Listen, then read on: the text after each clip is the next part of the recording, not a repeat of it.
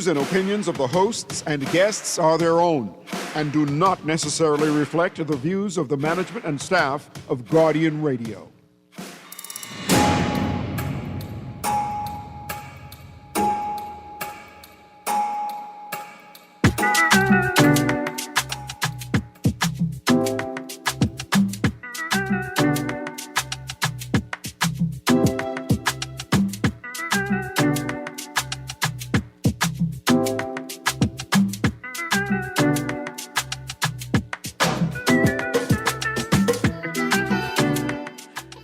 Good morning this morning, and welcome back to Guardian Radio 96.9 FM, your station for fresh news, smart talk all day.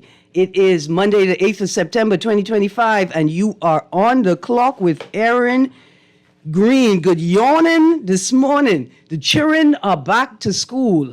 Traffic has changed. The flow of traffic has changed significantly. Your driving behavior has not changed. However, we're going to talk about that in a little bit. I had a full week yesterday, and I didn't get to talk about a lot of the things that I wanted to talk about. The U.S. Haitian immigrant visa policy announcement and the government's response to it. The jitney drivers, I still stunned. I still verklempt, is that a good word, about the statements emanating from the conversation last week. I still stuck on, we have never failed this country. I just stuck on that, so I want to talk about that a bit. The papers are filled with stories. Parents hit out at school neglect. I guess a follow-up on some of the things we discussed with Belinda Wilson on Friday afternoon. I want to thank Ms. Wilson for taking time out to delve into some of those issues. After the show, a couple of people told me, you weren't hard enough. You weren't hard enough on Ms. Wilson or the teachers. You weren't hard enough on Ms. Wilson or the teachers. And I guess there were a number of questions that I could have asked. I didn't want to create a combative atmosphere. It was really interrogative, right? To get a sense of what is happening in the education space at the start of the school year from key stakeholders. But I got the same questions for teachers for the academic space as I do for the Royal Bahamas Police Force. When it comes to the question of introducing non-lethal and less than lethal tools or weapons into the police force toolkit, right, into their resources. A question I have on the table is, would returning to or enhancing physical criteria, like physical standards, for police officers reduce the reliance on lethal weapons, right? Do we need to return to a Chuck Norris kind of policing? Do we want Chuck Norris policing, or do we want RoboCop policing? That's a question there. And so someone over the weekend said, come on, man, you don't think if we had a healthier slate of teachers that we would get better production in the classroom? After listening to Miss Belinda Wilson, I think that it's not fair to say that the teachers are the problem, right? Obviously, the teachers are part of the solution. Without a doubt, we need them, and we need them to constantly be improving. But I don't think it's fair to say that the teachers are the problem. In studio with me right now is Mr. Nuri. Good morning, Mr. Nuri. Good morning, Ms. Greene. How are you doing today? I'm good, thank you. I wanted to talk about this Barnett Ellis Miller discourse that is happening all over the place. Before we get there, I see this green light flashing on my phone. I'm going to take this green light, and so we can talk about Ellis and Miller, the U.S. visa policy and the government's response to it, and I think some of what's in the headlines. Good morning, caller. Hey, morning, Ms. Greene. And your guest, how you doing? I'm good, thank you. How are you? Hey, a quick question, right? Mm-hmm. You ever had anxiety and depression at the same time? On the road, yeah. That's what I had this morning on the traffic on the highway coming from the airport. Mm-hmm. Man, it was crazy. Yeah. I think the police made the situation even worse, though. Because what happened is, when you're going around Gladstone Road, right, they had the road block up to allow the people from Gladstone Road coming down, right, and had traffic line up from here for about a mile away on that airport road. A mile back. Yeah, I tell you, the traffic, man, is horrible. Okay. Really, it was that bad. So watch this. Second thing I'll comment Hold on, on. right? Hold on. Let's don't go far from there. So we've determined that roundabout from Gladstone over to Bahama Boulevard, right?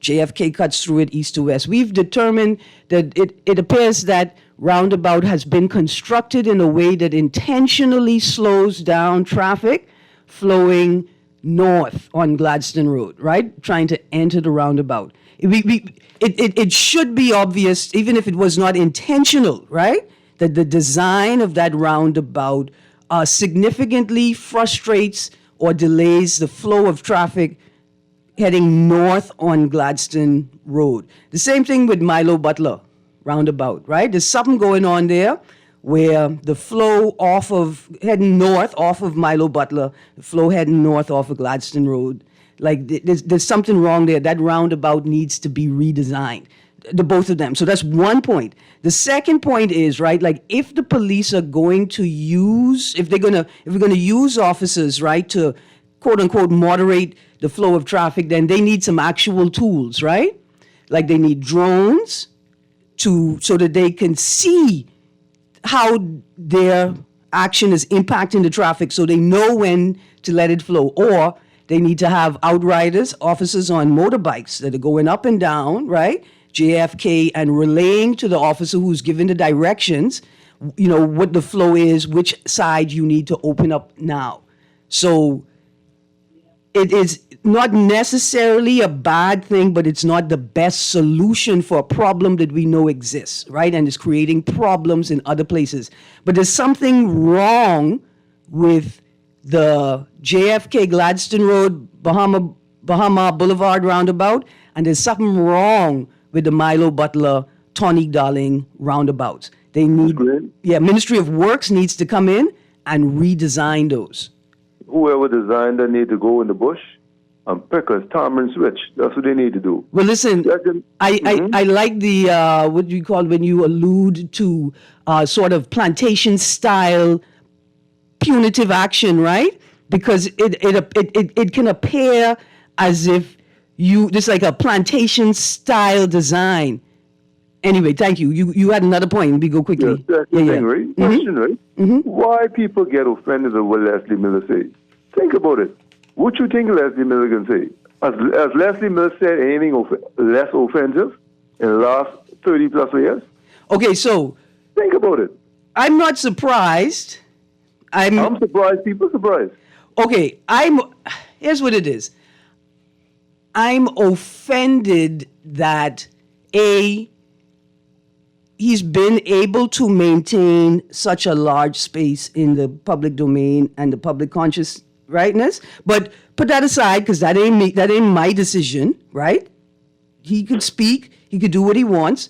My concern is that we don't have more people responding to it, right?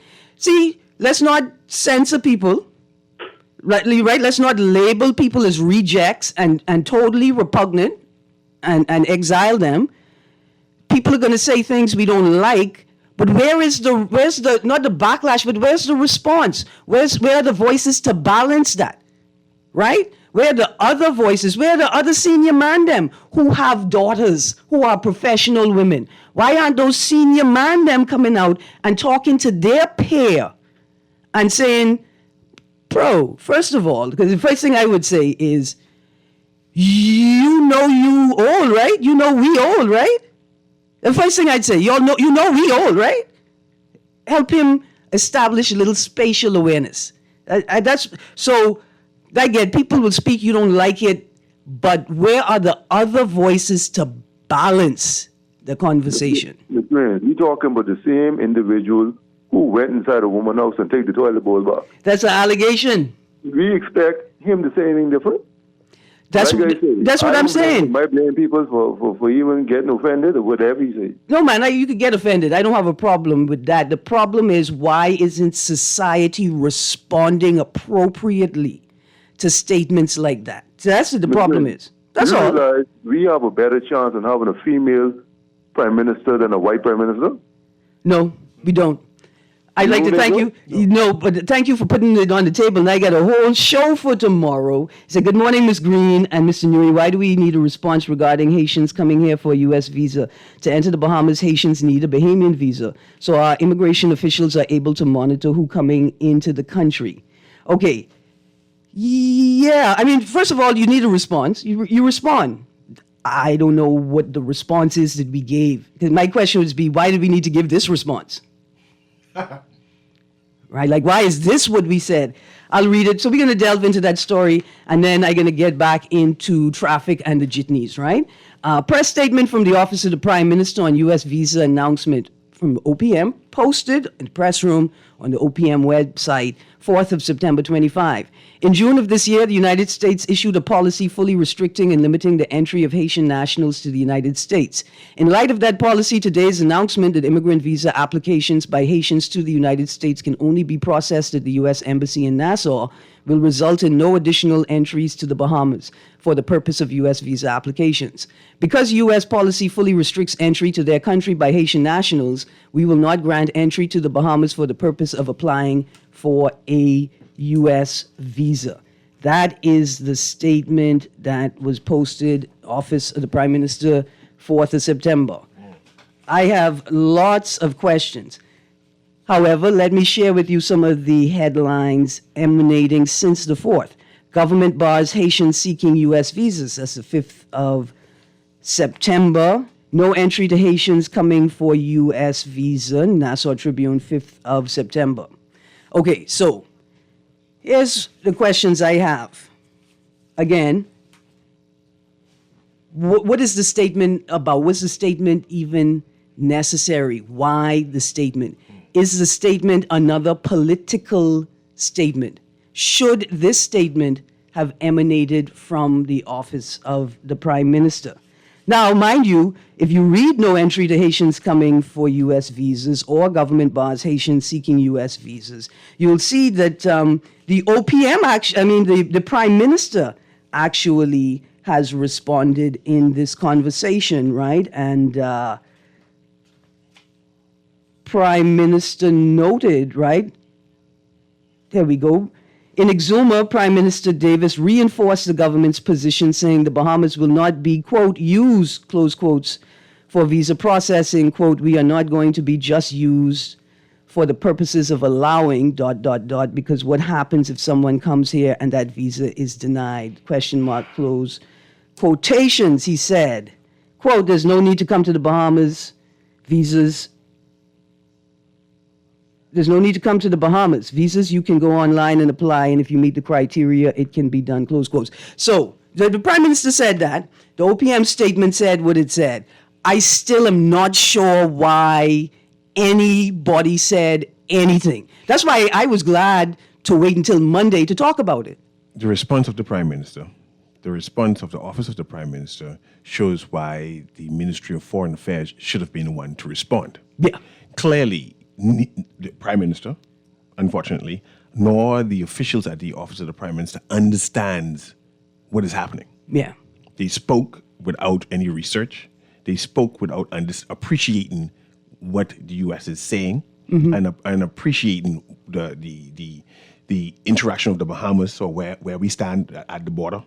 The transition from the border to the U.S. Embassy clearly didn't get a grasp or understand what is happening. It's very unfortunate. It shows there's a disconnect, and these officials need to be educated on the process. All right. See, because for me, when the statement says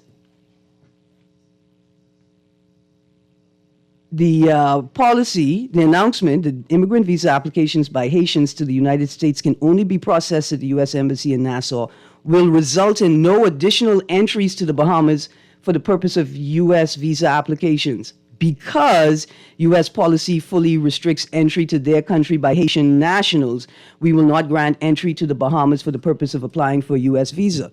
But in the statement, the U.S. indicate, or I infer from their statement, that November 1st, they will lift the ban on entry, or at least they will lift the ban on processing visas. And so if the U.S. is lifting the ban, then we're going to facilitate that, right? Yes, but I add this into the conversation. Yeah. Right. There are different types of visas.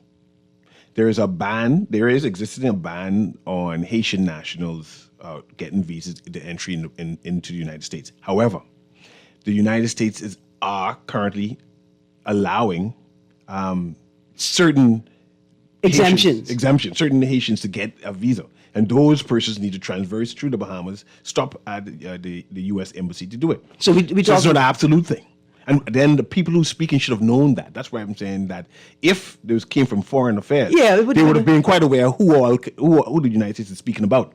But clearly, the office of the Prime Minister wasn't aware, and our Prime Minister. And I'm not saying that it's a bad thing, right? That's because we have specialists who are trained to be aware of what is being spoken about at this particular and time. who understand how to respond Yes. to a diplomatic statement. Yes. Right? The response does not seem to be a diplomatic response, right? In particular, my thing is don't play games with me, right? Don't say, well, the U.S. ain't letting them in, so why would we let them in? When what's implied in the U.S. statement is that we will begin letting them in shortly. Yes. Right? Am I to expect on October 31st a statement from the Bahamian government saying, oh, yeah, the U.S. say they letting Haitians in now, so expect to see a lot of hate, Yeah. right? Apparently, that's what we should be expecting. Right. So we're gonna rest on that.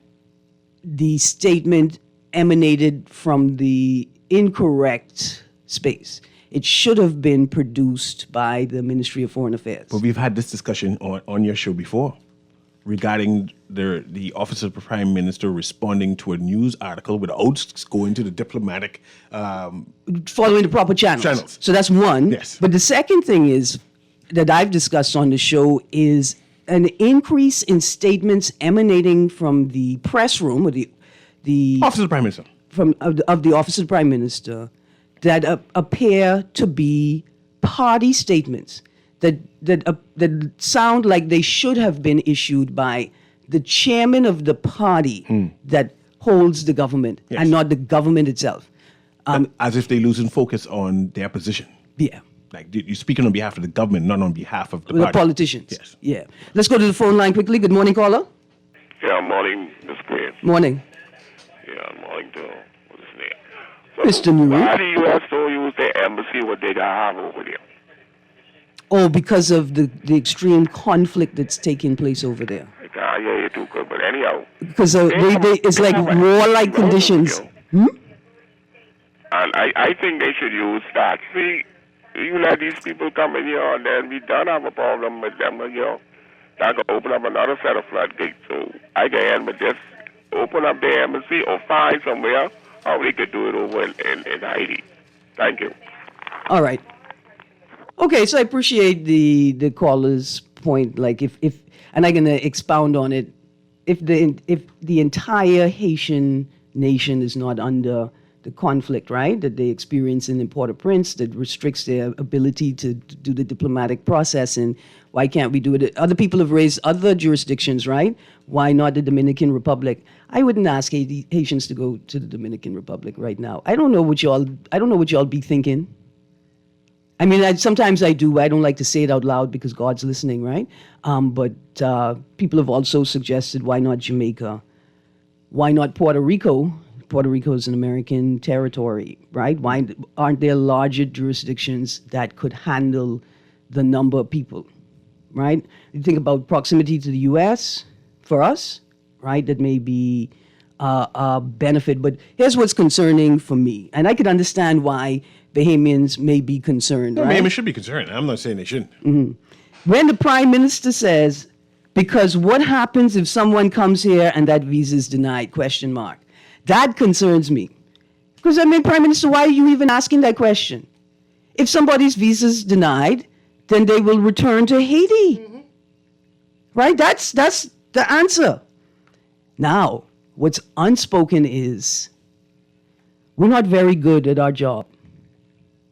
We don't actually have systems in place or protocols to ensure that people whose visas are denied return to Haiti. Actually, Tari, this discussion in terms of systems in place has been asked about the increase of Haitians coming in through as tourists.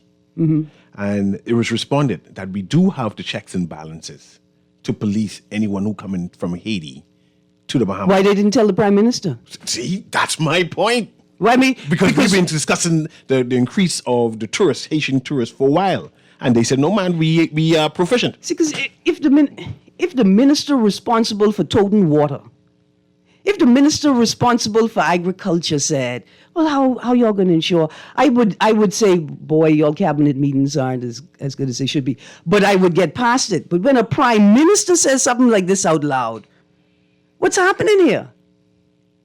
You mean all the other people coming in, you didn't know that there's a protocol? Like, we don't track people like the same way the U.S. does it. Oh, look at this person. They were supposed to leave yesterday. They didn't come through the airport. Perhaps we need to go to the hotel and figure out if they're still there. What's happening? We need to track this person. Like, what are we doing? I mean, I had a lot more questions. Like, here's another one. Is this a temporary special measure? Now, I didn't read through the entire statement, the entire section in the U.S. Website, right? But is this a temporary special measure? In the sense that we don't expect Haiti to be in this type of conflict forever. We have a 3-year timeline, right, before we establish a different protocol that doesn't bear unduly on the Bahamas. Just inquiry. Don't we have an embassy in Haiti? Yeah. Is it closed? I remember them. Where is the visa coming from? I mean, see, I'm saying if the U.S. closed their visa, and you remind me of why the U.S. closed their visa. Because they have warlike and conflict environment in Port-au-Prince. Now I have to ask you about our visa in this warlike environment. Like, who taking care of Bahamians' interests? Why isn't the conversation switched to our interests instead of this immigration, our fair-mongering interests? But not just that. If the U.S. is unable to process these diplomatic or consular matters in Haiti, well, what about the Bahamian embassy? Have they been returned?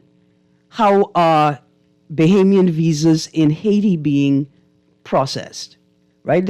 And why haven't, like you said, well, for me, you didn't say it, I said it.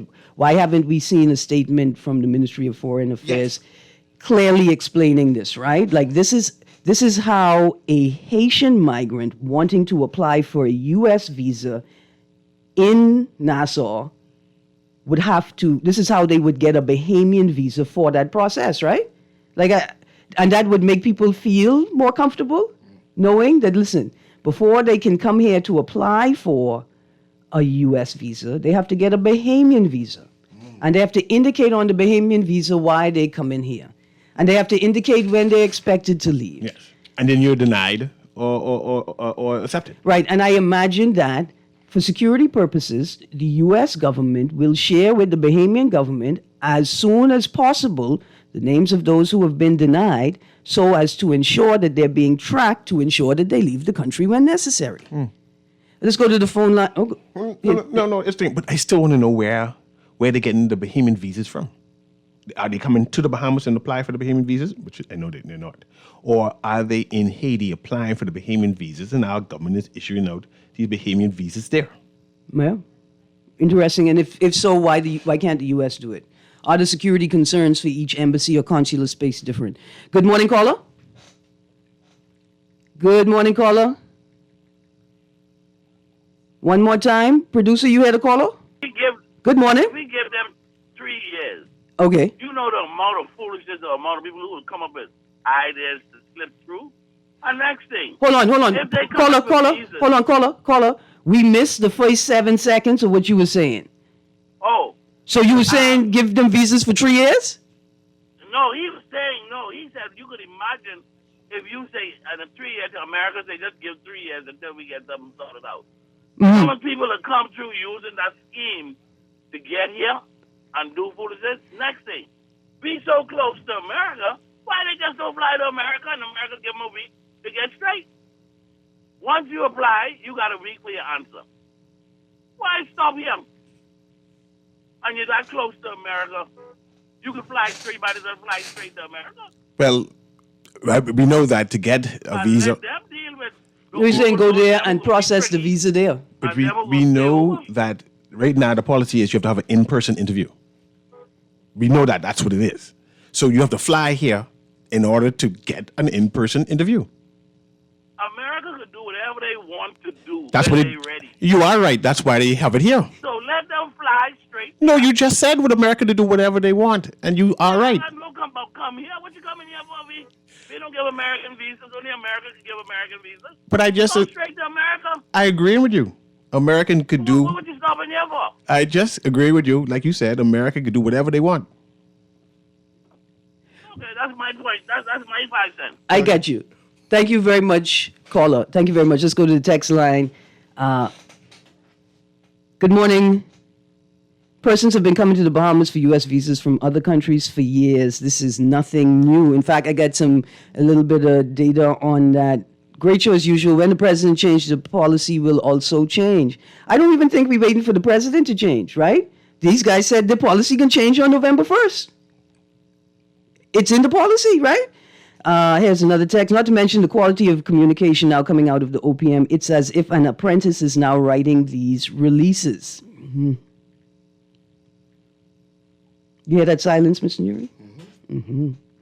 Erin, I honestly don't see anything wrong with what Mr. Leslie Miller said, and I don't remember Ms. Barnett Ellis being vocal or commenting when Mr. Pintard was called a water boy. This is simply the nature of politics in general, and if she doesn't understand this, she's indeed showing her immaturity.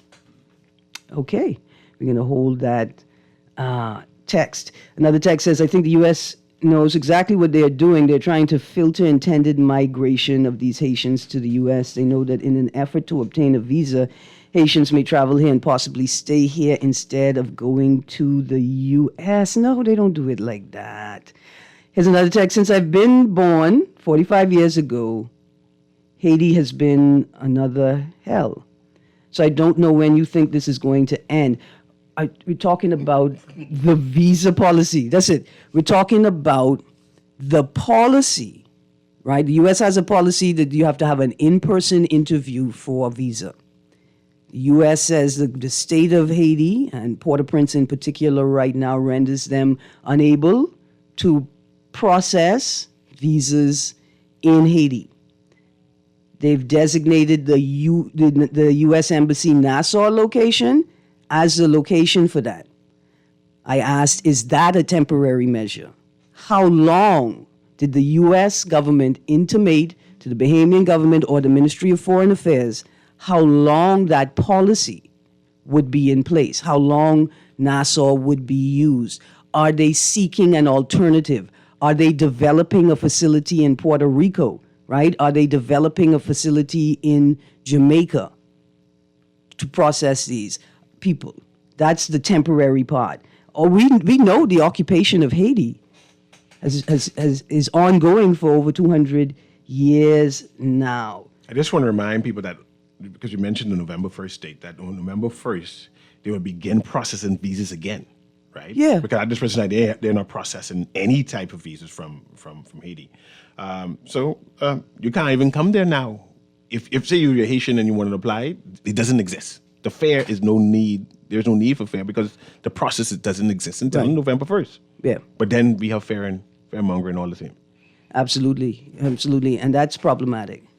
So Texas says, but let 2 million of them come here, destroy our country the way they destroyed their own, and let's pack our bags and go there because we don't want to address the elephant in the room. Texter, I think your text is the elephant in the room.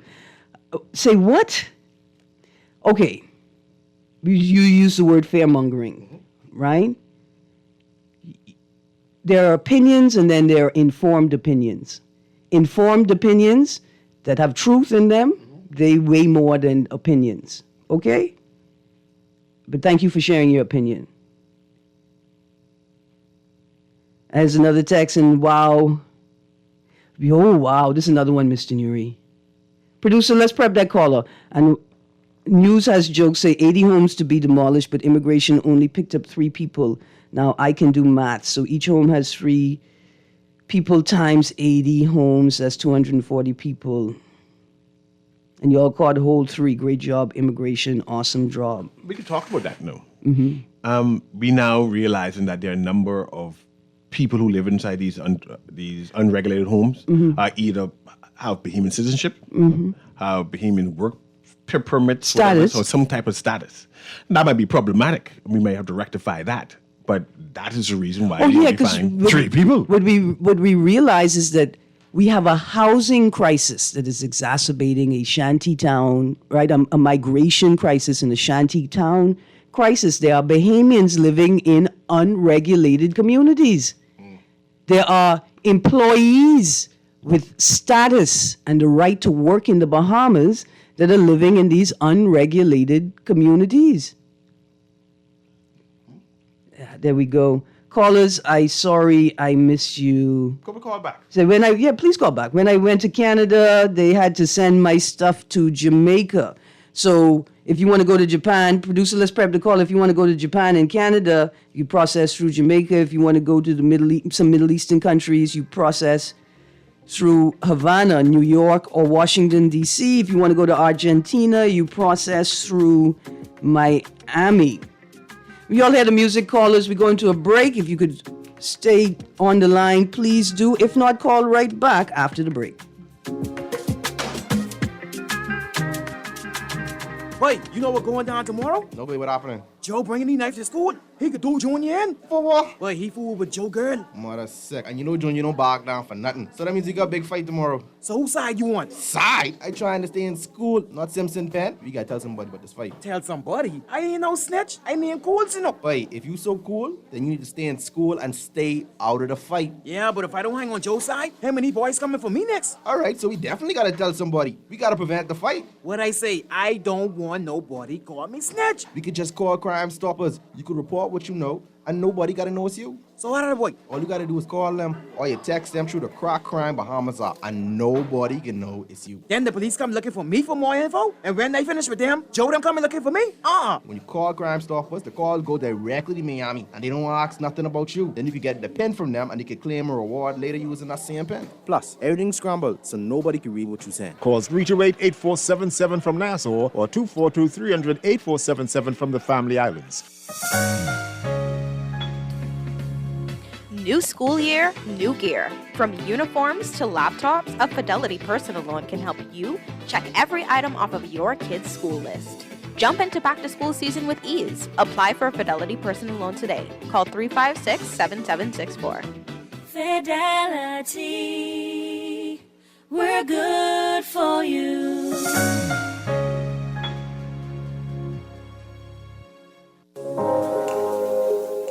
Love the show? Want to give your support? Become a sponsor today. Call 302-2300 for our rates and packages. That's 302-2300. Become a sponsor on Guardian Radio 96.9 FM. Fresh news, smart talk, all day.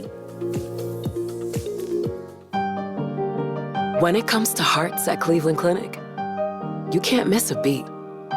You seek the best care possible, work with the brightest minds, and leave no stone unturned to get to the heart of the matter.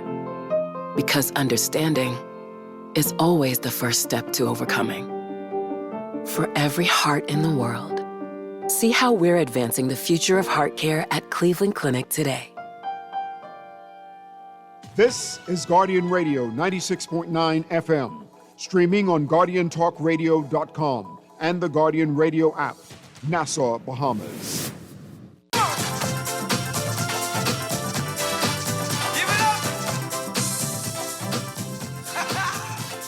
Welcome back to On the Clock with Erin, Greene, Guardian Radio 96.9 FM. We're going to run through a couple more texts before we transition. Here's a text. Good morning. The problem with the announcement and response on the Haitians coming here to apply for U.S. visas is that the Bahamian government needs to come to the Bahamian people and let us know what policy is in place regarding Haitian migration to the Bahamas. We know that something is going on, but we are left to speculate because we see the numbers at the airport and on the job sites. Listen. Mr. Mitchell, PLP chairman, has told y'all multiple times, not only do we need to increase the labor pool, and I will insert what is implied to be able to realize the significant amount of foreign direct investment that's on the table, but we need to expand our tax base, right, which is also our voter base, and expand our gene pool, right? So when you demand a statement from the government, make sure you use their words, right? Use their words and ask them to clarify what is meant by this. It's so very, very important. Like you say, something's happening. And in fact, Mr. Nuri, this morning I saw a stat that I have to find so I could repeat it, right? But of the foreign direct investment coming into the region, the Bahamas is seizing a significant percentage of that, right? And so for us to be able to do that, though, we have to be able to complete the projects a significantly rapid timeline, right? We don't have enough local labor to realize $10 billion worth of investment while it's on the table.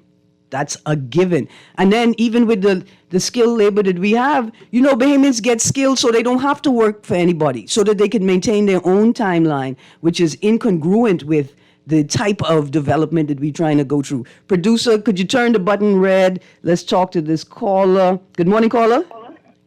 Morning, Erin. Morning. This conversation about the migrants, as well as with the housing crisis that we do have in this country, a couple of things jumps out. First and foremost, I believe it is law or policy that when you come on a work permit, the person, whoever is going to use these persons on work permit, is supposed to ensure that they have proper housing. And if these persons are moving into unregulated shanty towns, if I can use that phrase, then it means something is wrong in the system. I mean, who's doing the checks and balances to ensure that these persons have proper housing? That's one. Second part is for the persons who have become regularized Bahamian citizens. With the price of land in this country right now, or the inability to find land within a reasonable price range for them to purchase. That's also another factor that we have to look at. My third point here is that with the housing crisis, if it is possible with the surpluses that the Bahamas government claims to have, and they are able to construct reasonable, low-cost homes, and some people say there's no such thing as a low-cost home if it's over $150,000 to construct, then it means that we have to go right back to the drawing board and look at how we do things in this country. But we cannot continue in this vein, because this issue or the problems that we are addressing today will be addressing for the next perhaps 10, 15 years. We have to correct the problems and start succinctly somewhere to find remedies for these situations. But that's my contribution for this morning. Thank you. Thank you very much. Let's go to the next caller quickly, and then I want to transition. I got two more stories on the board. Good morning. Good morning, Erin. Morning. Good morning to Brother Nuri. Blessings to you. The American has issued a statement and particulars on how they are going to process visas coming into America, right? Two things jump out at me. They're not allowing Haitians to come in there on vacation or to, just casual visit, right? Right. Yes. You got that? Yes. And the main thing they said in there, that people applying here must have legal status. Haitians who they're going to process here must have legal residents with legal status here. So those who don't have legal status and may have a Haitian passport still will not be dealt with by the Americans, because that's one caveat, and for them to really be checking, like, okay, do you have Bahamian legal status for being in the Bahamas? Well, right, and that's right. Like, I want to thank you very much for clarifying for us, right, for the audience, and that's a given. This is a well-established diplomatic process, right? This border control, immigration and border control. It's not jokey. And despite what we're seeing, and this is why it's so important for state actors to make it very clear who is speaking and why they're speaking, right? That's why we have to ensure the integrity of statements coming from the office of the Prime Minister, right? So that we don't create a space of incoherence where people start repeating any old foolishness. When I was going to, Mr. Newry, when I was going to Britain to go to university, to go to boarding school, to do my A-levels, there's a lot of processing in place, right? Yes. When I was in Britain, I had to get a Schengen visa to go on a school trip to Italy. I had to show proof that I was in Britain legally, right? Like, now mind you, because I pointed it out. Again, see, when you hear the Prime Minister say things like, because what happens if someone comes here and that visa is denied? See, that messes the whole thing up. Because you don't expect your Prime Minister to be politicking when he's supposed to be good governance in. You don't expect your Prime Minister to make statements like this that just obfuscate and confuse everything. What you mean you don't know, Prime Minister? He just don't know. It's so problematic. It is so problematic. Again, don't just demand clarity from your government, but follow up. Informed contributions. See, the Prime Minister on his foot, because we media and political personalities have talked about it, asking the Prime Minister questions without he being prepped on the conversation. I could understand and appreciate the Prime Minister responding initially, well, this is what I think is the problem, and this is how I think the Bahamas should respond. However, when the office of the Prime Minister responds, it's a considered it's not an on-the-spot. It's not an on-the-spot Post-event commentary. Yes. But even for that, dear Prime Minister, stop. Stop with all this on-the-spot commentary. You mash up everything. You almost prejudiced the Kirk Cornish case with the statement you made outside that event on the Saturday afternoon. It turned out well. The case turned out well. 7 minutes left on. Producer, play the gospel music. This one, I don't want to offend any of y'all, but y'all have one about draw me nearer to the cross, right? Play that one.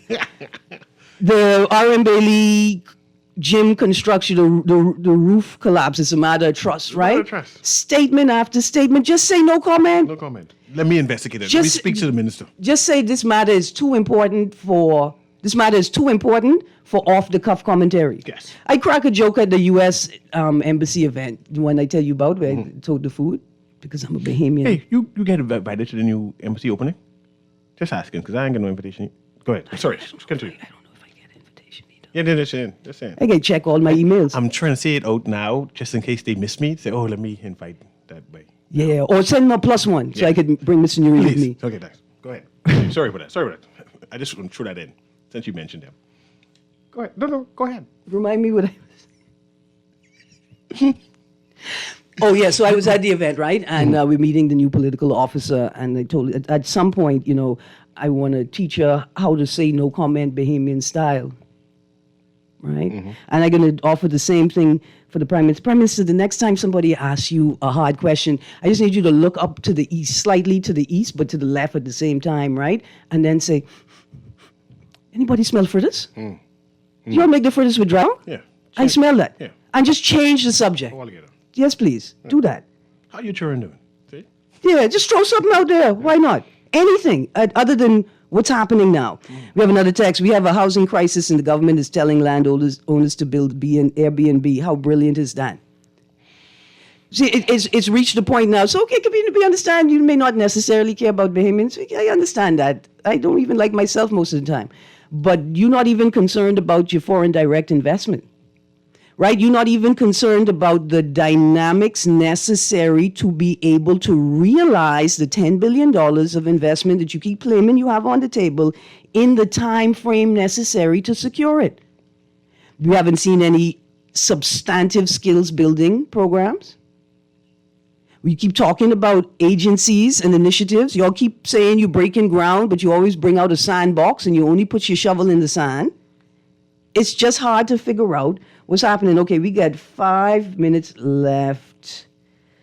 Here's a text. It says, let me ask you two a question. Would this immigration problem be solved if they sent the illegal immigrants back home where they came from? Because we know they did not fall out of the sky. If the huge, massive U.S. is trying to curb their illegal immigration problem, what will happen to our little dot on the map versus 2 million Haitians trying to set up shop here? We know that visa thing is only another loophole. We only want to protect our borders and our country from other countries taking advantage. No, you don't. No, you don't. You're not. Thank you, Texter, for saying it. You're not trying to protect your borders and your country from other countries taking advantage. You're not. At all. You're not contributing to education. Pinland said if you want your country, you have to fight for it. What if he meant you have to have 3 and 4 jobs? You have to be willing to do all the jobs. What if he meant that you have to be willing to do the job of teaching your child and ensuring they're excelling in school?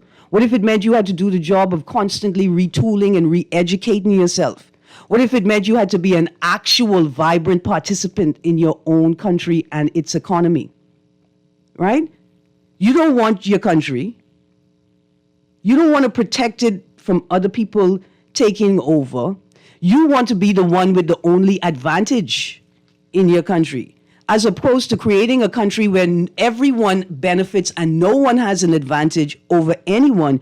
You want to maintain a plantation. You just can't figure out why you don't have the whip in your hand. See, because you figured that allowing global north, European descent, white, corporate, migrants into your country would give you an upper hand, would give you an advantage, would give you a nicer life, right? You don't have a problem with migrants coming in and taking over your country, right? That's not what it is. You don't want to do any work, but you want to be the owner. You want to be in charge. You want to be the slave master. That's all. And you can't understand why people who are supposed to be lesser than you because of their circumstances are doing better than you in your own country. But it's because in their desperation, they seek out every opportunity. They take advantage of any opportunity. While you in your own country think your right is to take advantage of other people for your own benefit. That's what it is. Because you're not protecting your country from migrants. And you're only demanding that it be protected from Haitian migrants, from dark-skinned migrants, from black migrants. Because you assume that naturally, white migrants and lighter-skinned migrants will mean automatically a better life for you. That's all it is. That's all it is.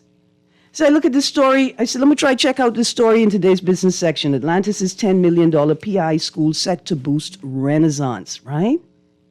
So I read the story. It's a school for Paradise, would cater to 150 students who are Paradise Island residents. $10 million. $10 million. For 150 students who are only Paradise Island residents, right? But what if they're not Bahamian citizens? Right? What if they're not Bahamian citizens? And listen, I welcome anybody who wants to build the Bahamas. I got one teacher from 10th grade who's still here. And I said, darn it, if you contributively to the lives of Bahamian students, I for that. I cool with that. Clearly there are residents at Atlantis who say, man, we need a school. And I don't want to go across the bridge. Yeah. Because there are schools across the bridge, close. 15, 20 minutes away. We got an academic apartheid taking place in the Bahamas. But hopefully some Bahamians will get access to this new school over PI. Scholarship. I mean, hopefully there's a 75-25% rule. 75% got to be Bahamians, 25% open to... I don't know. That may seem communist or something. It sounds sensible to me, but I don't know what I'm talking about. I wanted to talk about the jitneys. I only have 30 seconds left. I just want to say this. Just a little research last night, Mr. Nuri.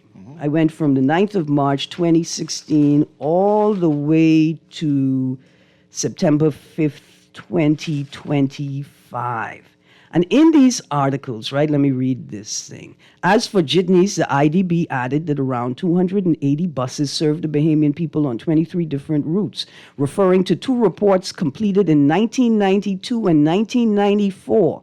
It added, quote, the underlying issues with the bus service sector were the emergence of destructive competition and the indiscriminate granting of franchises resulting in too many ill-equipped operators in the Bahamas, close quotes.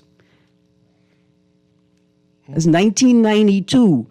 I was 16 in 1992, and my only means of transportation was the jitney. I was committed to a public transportation life because that's how I see all the fancy white people in the U.S. living. They probably get on the bus, train, subway. When I went to Britain, same thing. I couldn't afford no car. I thought that I could live a comfortable life as an adult human riding jitney in the Bahamas. Turns out, no, you cannot. You cannot be a big grown full adult and ride jitney as your main means of transportation in the Bahamas. They shoot forward to a 2005 unification plan. 2005, Mr. Nuri.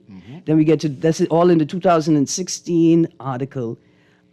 There's a mention of a whole lot of money. Anyway, I don't know if we'll have time to get to it in your hour. I'm going to pick this up over the week, but here are the headlines. Project to kickstart decade-long jitney unification efforts. March 2016, digital unified public bus system rollout set for 2023. That's December 2022. April 2024, jitney fares to increase. September 2024, bus drivers want fuel exemption.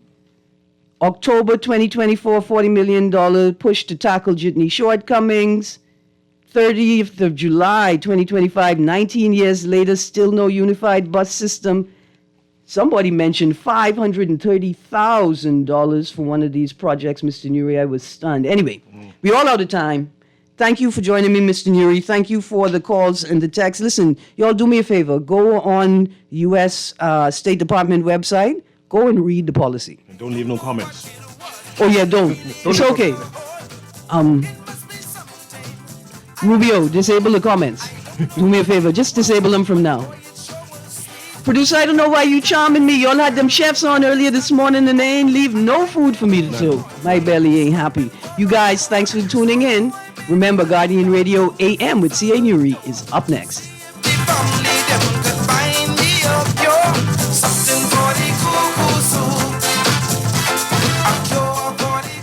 This is Guardian Radio, your station for up-to-the-minute news and intelligent, interactive, and engaging conversations.